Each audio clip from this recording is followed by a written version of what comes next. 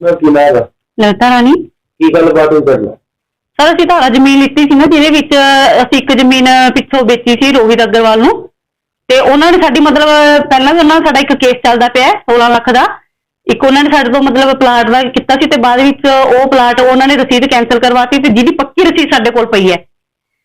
ਇਸੇ ਤਰ੍ਹਾਂ ਜਦੋਂ ਅਸੀਂ ਆਪਣੇ ਮਤਲਬ ਮੈਂ ਆਪਣੇ ਨਾਂ ਤੋਂ ਆਪਣੇ ਹਸਬੈਂਡ ਨਾਂ ਤੇ ਤਬਦੀਲ ਕਰਵਾਉਣ ਗਈ ਜਿਹੜੀ ਆਪਣੀ ਧਾਰਾ ਵਾਲੀ ਜਗ੍ਹਾ ਹੈ ਉਹਦੇ ਵਿੱਚ ਸਾਨੂੰ ਪਤਾ ਚੱਲਿਆ ਵੀ ਇਹ ਬੰਦੇ ਨਕਲੀ ਰਜਿਸਟਰੀ ਕਰਵਾ ਰਹੇ ਨੇ ਜਿਹਦੇ ਨਾਲ ਅਸੀਂ ਤਹਿਸੀਲਦਾਰ ਸਾਹਿਬ ਦੇ ਕਮਰੇ ਦੇ ਵਿੱਚ ਗਏ ਉਹ ਉਸ ਟਾਈਮ ਖਾਣਾ ਖਾ ਰਹੇ ਸੀ।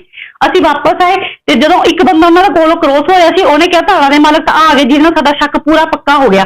ਉਸ ਤੋਂ ਬਾਅਦ ਅਸੀਂ ਫਿਰ ਤਹਿਸੀਲਦਾਰ ਸਾਹਿਬ ਦੇ ਕਮਰੇ ਦੇ ਉਹਨਾਂ ਨੇ ਸਾਡੇ ਨਾਲ ਬਹੁਤ ਜ਼ਿਆਦਾ ਸਰ ਕੁੱਟਮਾਰ ਕੀਤੀ ਵਿੱਚ ਮੇਰਾ 5 ਸਾਲ ਦਾ ਬੱਚਾ ਸੀ ਮੈਂ ਸੀ ਮੇਰੇ ਹਸਬੈਂਡ ਸੀ ਇੱਕ ਸਾਡਾ ਗਵਾਹ ਸੀ ਤੇ ਸਾਡਾ ਇੰਨੀ ਕੁੱਟਮਾਰ ਕੀਤੀ ਸਰ 5-6 ਬੰਦੇ ਸੀ ਇਹਦੇ ਵਿੱਚ ਰੋਹਿਤ ਅਗਰਵਾਲ ਸ਼ਿਵ ਅਗਰਵਾਲ ਤੇ ਇੱਕ ਗਰਵੇਰ ਕਾਉਂਸਲਰ ਹੈ ਕੋਈ 4-5 ਬੰਦੇ ਹੋਰ ਅਨਨੋਨ ਸੀਗੇ ਮੇਰੇ ਤੇ ਉਹਨਾਂ ਨੇ ਕੁੱਟਮਾਰ ਕੀਤੀ ਗਈ ਗਰਮੀ ਨਾਲ ਹਾਂਜੀ ਸਾਰਿਆਂ ਵੱਲੋਂ ਕੁੱਟਮਾਰ ਇਹ ਸਾਰਿਆਂ ਨੇ 5-6 ਜਣਿਆਂ ਨੇ ਮਿਲ ਕੇ ਮੇਰੇ ਨਾਲ ਧੱਕਾ ਮੁੱਕੀ ਕੀਤੀ। ਮੇਰੇ ਹਸਬੈਂਡ ਦੇ ਮੂੰਹ ਤੇ ਵੀ ਖਰੋਚਾਂ ਬਹੁਤ ਆਈਆਂ ਸੀ ਸਰ ਤੇ ਮੇਰੇ ਬੱਚੇ ਨੂੰ ਵੀ ਧੱਕਾ ਮੁੱਕੀ ਮੇਰਾ ਬੱਚਾ ਅੱਜ ਵੀ ਬਿਮਾਰ ਪਿਆ ਤੇ ਉਸ ਤੋਂ ਅਸੀਂ ਤਹਿਸੀਲਦਾਰ ਸਾਹਿਬ ਦੇ ਕਮਰੇ ਦੇ ਵਿੱਚ ਗਏ ਅਸੀਂ ਆਪਣੇ ਸਾਰੇ ਡਾਕੂਮੈਂਟ ਪੇਸ਼ ਕੀਤੇ ਜਿਹਦੇ ਵਿੱਚ ਤਹਿਸੀਲਦਾਰ ਸਾਹਿਬ ਵੱਲੋਂ ਸਾਨੂੰ ਇਹ ਵਿਸ਼ਵਾਸ ਦਿਵਾਇਆ ਗਿਆ ਤੇ ਉਹਨਾਂ ਨੇ ਹਜੇ ਉਹਨਾਂ ਦੀ ਰਜਿਸਟਰੀ ਰੋਕਤੀ ਹੈ ਤੇ ਤਹਿਸੀਲਦਾਰ ਸਾਹਿਬ ਕੋਲੋਂ ਸਾਨੂੰ ਮੰਗਲਵਾਰ ਦਾ ਟਾਈਮ ਦਿੱਤਾ ਗਿਆ ਸੀ ਅਸੀਂ ਵਾਪਸ ਗਏ ਅਸੀਂ ਪੇਸ਼ ਹੋਏ ਲੇਕਿਨ ਓਪੋਜੀਸ਼ਨ ਵਾਲੀ ਪਾਰਟੀ ਹਜੇ ਤੱਕ ਪੇਸ਼ ਨਹੀਂ ਹੋਈ ਤਹਿਸੀਲਦਾਰ ਸਾਹਿਬ ਕੋਲ ਤੇ ਜਦੋਂ ਅਸੀਂ ਇਸੇ ਮਤਲਬ ਮਾਮਲੇ ਦੀ ਰਿਪੋਰਟ 1 ਤਰੀਕ ਨੂੰ ਜਿੱਦੇ ਝਗੜਾ ਹੋਇਆ ਅਸੀਂ ਜੰਡਿਆਲਾ ਗੁਰੂ ਥਾਣੇ ਦੇ ਵਿੱਚ ਕਰਵਾਈ ASI ਕੋਲ ਤੇ ਅੱਜ ਉਹਨਾਂ ਨੇ ਸਾਨੂੰ ਤਰੀਕ ਦਿੱਤੀ ਸੀ ਜਿਹਦੇ ਵਿੱਚ ਮੈਂ ਉਹਨਾਂ ਕੋਲ ਡਿਪਟੀ ਕੋਲ ਗਈ ਤੇ ਉਹਨਾਂ ਨੇ ਸਾਡੇ ਨਾਲ ਬਹੁਤ ਬਦਸਲੂਕੀ ਕੀਤੀ ਕਹਿੰਦੇ ਲੋਕ ਬਦਸਲੂਕੀ ਕੀਤੀ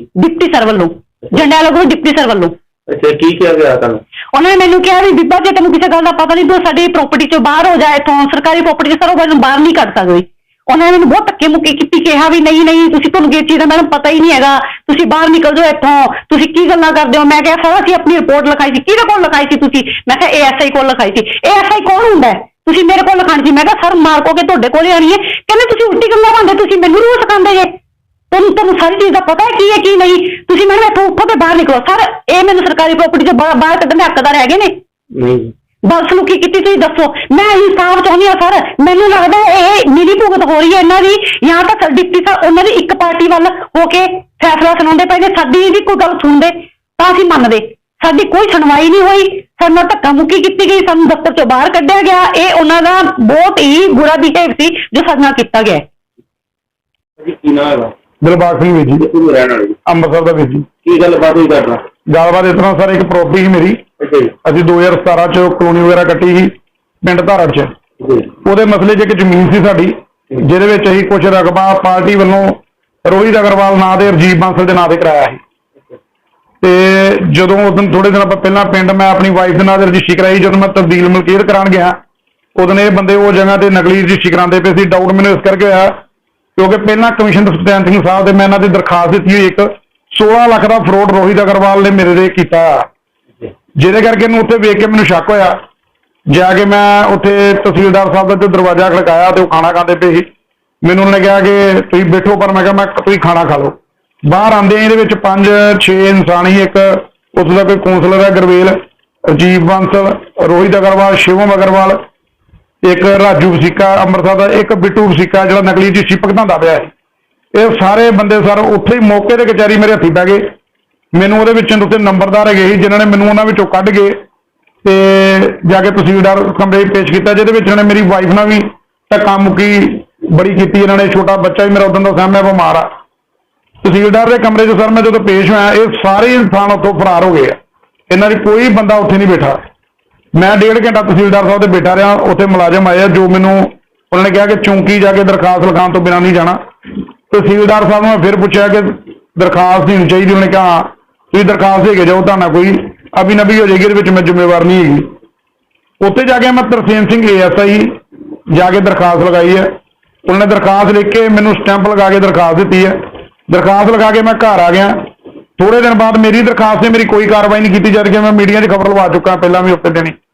ਜਦੋਂ ਮੈਂ ਖਬਰ ਲਵਾ ਕੇ ਥੋੜੇ ਦਿਨ ਬਾਅਦ ਮੈਨੂੰ ਫੋਨ ਆਇਆ ਡਿਪਟੀ ਸਾਹਿਬ ਦੇ ਦਫ਼ਤਰੋਂ ਕੰਨਾ ਲੀਡਰ ਦਾ ਕਿ ਤੁਹਾਡੇ ਖਿਲਾਫ ਦਰਖਾਸਤ ਆਈ ਹੈ ਜੀ ਪੇਸ਼ ਹੋਵੋ 5 ਤਰੀਕ ਨੂੰ। 5 ਤਰੀਕ ਨੂੰ ਦਰਖਾਸਤ ਆਉਣ ਤੋਂ ਬਾਅਦ ਸਰ ਜਦੋਂ ਮੈਂ ਉੱਥੇ ਮੈਨੂੰ 5 ਨੂੰ ਹੀ ਸਵੇਰੇ ਫੋਨ ਆਇਆ ਉੱਥੇ ਇਹਨਾਂ ਦੇ ਕੋਈ ਅਗਾਹੀ ਜਿਨ ਦਰਖਾਸਤ ਆ ਕਿ ਤੁਸੀਂ ਅੱਜ ਨਹੀਂ 6 ਤਰੀਕ ਨੂੰ ਤੁਸੀਂ ਪੇਸ਼ ਹੋਣਾ। ਮੈਂ ਕਿ ਕੰਮ ਦੇ ਸਿਲਸਿਲੇ 'ਚ ਬਾਹਰ ਜਾਣਾ ਸੀ, ਮੈਨੂੰ ਕਿਹਾ ਮੈਂ ਬਾਹਰ ਜਾਣਾ, ਤੇ ਮੇਰੇ ਕੋਈ ਵਾਈਫ ਵੱਲੋਂ ਲਿਖਾ ਕੇ ਲੈ ਗਏ ਕਿ 9 ਜਾਂ 10 ਨੂੰ ਤੁਸੀਂ ਪੇਸ਼ ਹੋਵੋਗੇ। ਜਦੋਂ ਮੈਂ ਅੱਜ ਸਵੇਰੇ ਡਿਪਟੀ ਸਾਹਿਬ ਤੇ ਮੈਨੂੰ ਟਾਈਮ ਤੇ ਪੇਸ਼ ਹੋਇਆ ਵਾਈਫ ਨੂੰ ਲੈ ਕੇ ਆਪਣੀ, ਤੇ ਡਿਪਟੀ ਸਾਹਿਬ ਵੱਲੋਂ ਨਾ ਕੋਈ ਗੱਲ ਸੁਣੀ ਗਈ ਹੈ, ਨਾ ਉਹਨਾਂ ਨੇ ਕੋਈ ਸਾਡੀ ਸੁਣਵਾਈ ਕੀਤੀ ਹੈ। ਉਲਟਾ ਉਹਨਾਂ ਨੇ ਮੇਰੀ ਵਾਈਫ ਨੂੰ ਕਿਹਾ ਕਿ ਉੱਠੋ ਦੇ ਕਮਰੇ 'ਚੋਂ ਬਾਹਰ ਨਿਕਲ ਜਾਓ, ਜੇ ਤੁਹਾਨੂੰ ਗੱਲ ਕਰਨੀ ਨਹੀਂ ਆਉਂਦੀ। ਸਿਰਫ ਇੰਨੀ ਗੱਲ ਤੇ ਕਿ ਸਰ ਤੁਸੀਂ ਕਾਰਵਾਈ ਇੱਕ ਬੰਦੇ ਦੀ ਗੱਲ ਸੁਣਦੇ ਪਏ ਜੇ। ਮੇਰੇ ਹਸਬੰਡ ਕਹਿੰਦੇ ਜਿੰਨੀ ਨਿਸ਼ਾਨ ਦਿਖਾਓ। 1 ਤਰੀਕ ਦੀ ਸੱਟ ਲੱਗੀ ਸਰ, ਜਾਂ 9 ਵਜੇ ਆ ਮੇਰੇ ਫੇਸ ਤੇ, ਉਹ 8-9 ਤਰੀਕ ਤੱਕ। ਹੁਣ ਮੈਂ ਬਾਰ-ਬਾਰ ਤੇ ਉਹ ਕਰਦਾ ਨਹੀਂ ਰਵਾਂਗਾ ਕਿ ਮੇਰੇ ਫੇਸ ਤੇ ਰਹਿਣ। ਇਹਦੀ ਰਿਪੋਰਟ ਦੇ ਵਿੱਚ ਕੀ ਸੀ, ਉਹਨਾਂ ਨੇ ਮੇਰੀ ਵਾਈਫ ਨਾਲ ਇੰਨੀ ਬਦਤਮੀਜ਼ੀ ਕੀਤੀ ਆ, ਉੱਠ ਕੇ ਸਾਨੂੰ ਬਾਹਰ ਆ ਕੇ ਵਾਈਫ ਨੇ ਰੋਣਾ ਹੀ ਪਿਆ ਕਿ ਇੱਕ ਵਾਰੀ ਸਰਕਾਰੀ ਦਫ਼ਤਰ 'ਚ ਬਾਹਰ ਜਾਂਦੀ ਕੋਈ ਸੁਣਵਾਈ ਨਹੀਂ। ਇੰਨਾ ਰੋਲਾ ਪਾਉਣ ਤੋਂ ਬਾਅਦ ਹੀ ਇਹਨਾਂ ਨੇ ਮੇਰੀ ਵਾਈਫ ਦੇ ਬਿਆਨ ਲਿਖੇ, ਜਦ ਕਿ ਇੱਥੋਂ ਤੱਕ ਉਹਨਾਂ ਨੇ ਕਹਿਤਾ, ਜਦੋਂ ਉਹਨਾਂ ਨੂੰ ਮੈਂ ਕਿਹਾ ਕਿ ASI ਤਰਸੇਮ ਸਿੰਘ ਤੇ ਮੇਰੀ ਦਰਖਾਸਤ ਸੀ, ਉਹਨਾਂ ਦਾ ਕਹਿਣਾ ਸੀ ਕਿ ASI ਦਰਖਾਸਤ ਕੌਣ ਹੁੰਦਾ ਦਰਖਾਸਤ ਲਿਖਣ ਵਾਲਾ? ਦਰਖਾਸਤ ASI ਦੀ ਕੀ ਔਕਾਤ ਹੈ ਦਰਖਾਸਤ ਲਿਖਣ ਦੀ? ਦਰਖਾਸਤ ਦੇਣੀ ਸੀ ਤੇ ਤੁਸੀਂ ਮੈਨੂੰ ਦਿੰਦੇ ਆ ਗਏ। ਇਹਦਾ ਮਤਲਬ ਕਿ ਮੈਂ ਇੱਕ ਮੇਰੀ ਮੰਗ ਆ ਕਿ ਜੇ ਮੇਰੀ ਵਾਈਫ ਜਾਂ ਮੇਰਾ ਬੱਚਾ ਉਦੋਂ ਕੁਝ ਹੋ ਜਾਂਦਾ ਤੇ ਮੈਂ ਉਹਦੇ ਡਿਪਟੀ ਜਾਂ SSP ਸਾਹਿਬ ਲੱਭਦਾ ਕਿ ਜਾ ਕੇ ਡਿਪਟੀ ਸਾਹਿਬ ਨੂੰ ਮੈਂ ਦਰਖਾਸਤ ਦੇਣੀ ਹੈ। ASI ਦੀ ਤਾਂ ਮਤਲਬ ਕਿ ਉਹ ਕਹਿੰਦੇ ਔਕਾਤ ਨਹੀਂ, ਥਾਣੇ 'ਚ ਬੈਠੇ ਮੁੰਸ਼ੀ ਦੀ ਜਾਂ SHO ਦੀ ਕੋਈ ਔਕਾਤ ਨਹੀਂ। ਇਹ ਬਿਆਨ ਅੱਜ ਦੇ ਡਿਪਟੀ ਸਾਹਿਬ ਦੇ ਸੀ ਉੱਤੇ ਬੇਟੇ ਜੰਡਿਆਲਾ ਗੁਰੂ ਦੇ ਮੌਕੇ ਤੇ ਤੁਹਾਨੂੰ ਕਿਹਾ ਗਿਆ ਸੀ, ਮੌਕੇ ਤੇ ਕਿਹਾ ਗਿਆ ਸਰ ਆਪਣੇ ਦਫ਼ਤਰ 'ਚ ਉਹਨਾਂ ਦਾ ਕਿ ASI ਦੀ ਕੀ ਔਕਾਤ ਹੈ ਦਰਖਾਸਤ ਲਿਖ ਜੇ। ਇਹ ਡਿਪਟੀ ਸਾਹਿਬ ਦੇ ਬਿਆਨ ਆ। ਹਾਰ ਕੇ ਬਾਹਰ ਆ ਗਏ ਉੱਥੇ ਰੋ ਕੇ ਕਿਲਾ ਕੇ ਫਿਰ ਜਾ ਕੇ ਮਾਂ ਹੀ ਸਾਡੇ ਬਿਆਨ ਲਿੱਤੇ ਗਏ ਨੇ, ਜਦ ਕਿ ਮੈਨੂੰ ਪੱਕਾ ਸ਼ੱਕ ਹੈ ਕਿ ਡਿਪਟੀ ਸਾਹਿਬ ਉਹ ਪਾਰਟੀ ਨਾਲ ਪੂਰੇ ਰਲ ਚੁੱਕੇ ਨੇ। ਮੇਰੇ ਨਾਲ ਕੋਈ ਇਨਸਾਫ ਦੀ ਗੱਲ ਨਹੀਂ ਗਈ, ਨਾ ਉਹ ਮੇਰੇ ਨਾਲ ਕੋਈ ਇਨਸਾਫ ਕਰਨਗੇ। ਮੈਂ ਇਹ ਬੇਨਤੀ ਕਰਦਾ ਹਾਂ ਕਿ ਸਭ ਤੋਂ ਪਹਿਲਾਂ ਵੱਡੇ ਅਫਸਰ ਇਹ ਦਰਖਾਸਤ ਆਪਣੇ ਹੱਥ 'ਚ ਲੈਣ ਤੇ ਵਿੱਚ ਇਹ ਕਾਰਵਾਈ ਕਰਨਗੇ। ਜੇ ਡਿਪਟੀ ਇੰਨੀ ਗੱਲ ਕਹਿੰਦਾ ASI ਦੀ ਔਕਾਤ ਨਹੀਂ ਕਹਿੰਦਾ, ਮਤਲਬ ਕਿ ਅਸੀਂ ਵੱਡੇ ਅਫਸਰ ਲੱਭੀਏ। ਦਰਖਾਸਤ ਨਹੀਂ ਲੱਗਿਆ, ਵੱਡੇ ਅਫਸਰ ਲੱਭਾਂਗੇ, ASI SHO ਨੂੰ ਦਰਖਾਸਤ ਨਾ ਦੇਈਏ, ਫਿਰ ਸਾਡੀ ਕਾਰਵਾਈ ਹੋਏਗੀ। ਕੀ ਪ੍ਰਸ਼ਾਸਨ ਨੂੰ ਮੰਗ ਕਰਦੇ? ਮੰਗ ਇਹ ਕਰਨਾ ਸਰ ਕਿ ਵਿੱਚ ਹੀ ਇਹਨਾਂ ਦੀ ਕਾਰਵਾਈ ਕੀਤੀ ਜਾਏ ਡਿਪਟੀ ਸਾਹਿਬ ਦੀ, ਕਿ ਉਹਨਾਂ ਦੀ ਜੇ ਉਹ ਇਹ ਮੰਨਦੇ ਆ ਕਿ ASI ਦੀ ਔਕਾਤ ਨਹੀਂ ਹੈਗੀ ਤੇ ਇਸ ਦਾ ਮਤਲਬ ਕਿ ਅਸੀਂ ਥਾਣੇ ਜਾਂ ਕਿਤੇ ਵੀ ਜਾ ਕੇ ਇੰਚਾਰਜ ਜਾਂ ਮੁਨਸ਼ੀ ਨੂੰ ਕੋਈ ਦਰਖਾਸਤ ਨਾ ਦੇਈਏ, ਡਿਪਟੀ ਜਾਂ SSP ਪੇਸ਼ ਕਰੀਏ। ਜੇ ਉਹਦੇ ਵਿੱਚ ਕੋਈ ਅਬੀ-ਨਬੀ ਹੋ ਜੇ ਮੇਰੀ ਵਾਈਫ ਜਾਂ ਬੱਚੇ ਨੂੰ, ਤੇ ਮੈਂ ਡਿਪਟੀ ਲੱਭਦਾ ਜਾਂ ਥਾਣੇ 'ਚ SSP ਲੱਭਦਾ ਦਰਖਾਸਤ ਦੇਣ ਨੂੰ। ਇਹ ਗੱਲ ਮੈਂ ਲੋਕਾਂ ਨੂੰ ਵੀ ਕਹੂੰਗਾ, ਹਰ ਇੱਕ ਬੰਦੇ ਨੂੰ ਬੇਨਤੀ ਕਰੂੰਗਾ ਕਿ ਅੱਗੇ ਤੋਂ ਡਿਪਟੀ ਸਾਹਿਬ ਦੇ ਬਿਆਨਾਂ ਦੇ ਆਧਾਰ ਤੇ ਜਦੋਂ ਕੋਈ ਸੱਟ ਪੇਟ ਜਾਂ ਅੱਗੇ ਨੂੰ ਕੁਝ ਲੱਗਦੀ ਹੈ, ਉਹ ਸਭ ਤੋਂ ਪਹਿਲਾਂ ਡਿਪਟੀ ਜਾਂ SSP ਦਾ ਦਫ਼ਤਰ ਲੱਭਣ ਦਰਖਾਸਤ ਦੇਣ ਵਾਸਤੇ, ਫਿਰ ਉਹਨਾਂ ਦੀ ਦਰਖਾਸਤ ਦੀ ਕਾਰਵਾਈ ਹੋਏਗੀ। ਜਿਹੜਾ ਡਿਪਟੀ ਸਾਹਿਬ ਕਹਿੰਦੇ ਜਿਹੜਾ ਦਰਖਾਸਤ ਮੈਨੂੰ ਦੇਗਾ ਕਾਰਵਾਈ ਉਹਦੇ ਤੇ ਹੋਣੀ ਹੈ।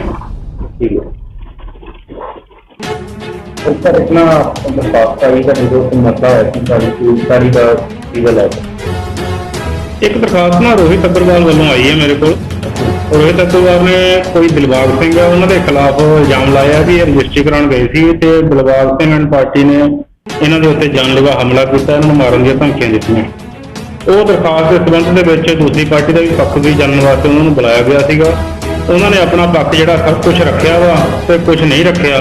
ਤੇ ਕੁਦਰਤੀ ਗੱਲ ਹੈ, ਜਦੋਂ ਵੀ ਕਿਸੇ ਦੇ ਖਿਲਾਫ ਦਰਖਾਸਤ ਆਉਂਦੀ ਹੈ ਉਹਦੇ ਵਿੱਚ ਪਹਿਲੀ ਧਿਰ ਦਰਖਾਸਤੀ ਕੋਲੋਂ ਉਹਦਾ ਪੱਖ ਸੁਣਿਆ ਜਾਂਦਾ, ਉਸ ਤੋਂ ਬਾਅਦ ਜਿਹੜੇ ਖਿਲਾਫ ਹੁੰਦੀ ਹੈ ਉਹਦਾ ਪੱਖ ਵੀ ਸੁਣਿਆ ਜਾਂਦਾ, ਔਰ ਦੋਵਾਂ ਦਾ ਪੱਖ ਸੁਣ ਕੇ ਇਹ ਦਰਖਾਸਤ ਅਜੇ ਵਿਚਾਰ ਅਧੀਨ ਹੈ। ਔਰ ਇਹਦੇ ਵਿੱਚ ਜਿਹੜੇ ਜੋ ਵੀ ਤੱਥ ਸਾਹਮਣੇ ਆਉਣਗੇ ਮੌਕੇ ਦੇ ਗਵਾਹਾਂ ਤੋਂ ਜਾਂ ਦਰਖਾਸਤੀ ਧਿਰ ਤੋਂ ਜਾਂ ਉੱਤਰਵਾਦੀ ਧਿਰ ਤੋਂ, ਉਹਦੇ ਮੁਤਾਬਕ ਜਿਹੜੀ ਬਣਦੀ ਕਾਰਵਾਈ ਜੇ ਪੁਲਿਸ ਦੀ ਬਣਦੀ ਹੋਵੇਗੀ ਤਾਂ ਉਹ ਕੀਤੀ ਜਾਵੇ।